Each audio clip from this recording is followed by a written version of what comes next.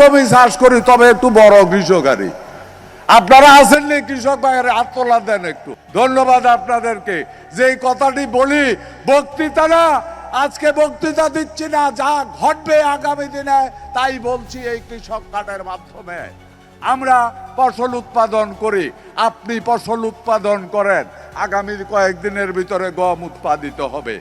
সমস্যা দেখা যায় এখানে ফরিয়া মিডলম্যানের জ্বালায় আপনি সত্যিকার অর্থে গমের দাম পান না, ধানের দাম পান না। ধান আপনার কাছ থেকে যখন কিনে তখন দেখা যায় ফরিয়া ওইখানে 1050 টাকা 1100 টাকা কিনে, অথচ সরকারের রেট তার থেকে বেশি। এই কার্ডের মাধ্যমে, যেহেতু এই কার্ডের মধ্যে আপনার জমির পরিমাণ উল্লেখ করা থাকবে, আপনি ফরিয়া হওয়ার দরকার নাই। আপনার জমি থেকে 100 মণ ধান ফলন হয়েছে, কৃষি বিভাগ জানে আপনার 100 মণ ধান ফলন হয়েছে। আপনি গিয়ে কার্ডটা নিয়ে কৃষি বিভাগের সামনে, যেখানে ক্রয় করা হয়, আমার নাম অমুক, আমার জমি এতটুকু, এই ফসলে আমার 100 মণ ধান হয়েছে, 10 মণ খাওয়ার জন্য রাখবো, 90 মণ সরকারের ডেলিভারি করব। কৃষি অফিসার কিনতে বাধ্য। এবং ঠিক কিনা কোন উপকার হইব নিও? হ্যাঁ, জোরে কোন না, টেয়া তো ভাইবেন। আলহামদুলিল্লাহ, এই হলো কৃষি কার্ডের উপকার। তার মানে আগামী দিনে যে কৃষির ফলাবে, ধান ফলাবে, পাট ফলাবে, গম ফলাবে, ভুট্টা ফলাবে, যা কিছু ফলাবে, সরকার যখন কিনবে ওই কৃষকের কাছ থেকে ন্যায্য দামে কিনবে। এতে করে কৃষকের উপকার হবে না। এই কারণে এই কৃষক কার্ড আছেন। আমরা সব সময় লোনের ব্যাপারে আরেকটা জিনিস আছে, আমরা দেখি অনেকেই বলে যে ভাই আমি তো জমি সম্পর্কে কিচ্ছু জানি না, আমার নামে নাকি 20,000 টাকা লোন উঠাইছে, 10,000 টাকা লোন উঠাইছে। কিছু দুষ্ট লোক কৃষকের নাম ব্যবহার করে টাকা লোন নিয়ে নিতেছে।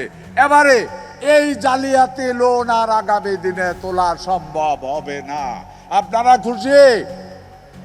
এখন আপনার যদি লোনের প্রয়োজন হয়, আপনি এই কৃষি কার্ড নিয়ে ব্যাংকে গিয়ে ব্যাংকের ম্যানেজারকে বলতে পারেন আপনার এটার মধ্যে লেখা আছে আপনার এখানে জমি কতটুকু। আপনি জমি যদি থাকে 2 কানি 2 বিঘা, আপনি ওইখানে মিথ্যা কথা বললে যে জমি আছে 10 বিঘা, লাভ হইব না। ওইটা কিন্তু কার্ড যখন প্রিন্টিং মেশিনে দিবে তখন বইলা দিবে এর ভিতরে কতটুকু আছে। সঠিক কৃষকের জন্য এটা আপনি লোন উঠাতে পারবেন ন্যায্য লোনে। আপনারা জানেন কিছুদিন আগে এই সরকার আপনাদের 10,000 টাকা করে কৃষি ঋণ মকুব করেছে, করে নাই? 12 লক্ষ কৃষক উপকৃত হয়েছে।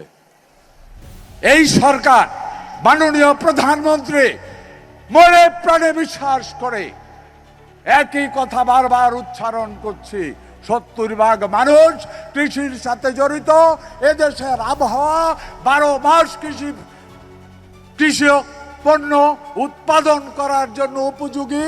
আমার কৃষক যদি জেগে উঠে, কৃষক যদি স্বাবলম্বী হয়, কৃষক যদি অর্থনৈতিকভাবে শক্তিশালী হয়, দেশের অর্থনীতি শক্তিশালী হবে।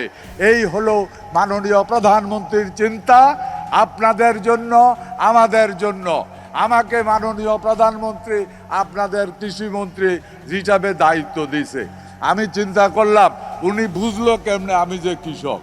ভাই আমি এরকম কৃষক, আপনারা ধান দায়নের সময় হলে, ধান কাটার সময় হলে ডাক দিয়েন। হয়তো অনেক দিন ধান দেয় না দেখা আপনার মতো স্পিডে ধান দাইতে পারতাম না, কিন্তু আমার হিজেও বালাইতেন পারতেন না। হাল চাষ যদি করতে বলেন নাঙ্গল দিয়া, এইটাও আমি পারি। খাড়ি হিঁচতে বলেন ওইটাও আমি পারি। আমি যা বলতে চাইছি, আমি কৃষকের সন্তান, আমি নিজে কৃষক। সুতরাং আপনাদের সুখ দুঃখ আমার কাছে সরাসরি, আমি অনেক কৃষক আমার কাছে সরাসরি টেলিফোন করে, মাননীয় মন্ত্রী আমরা ফানি পাই না।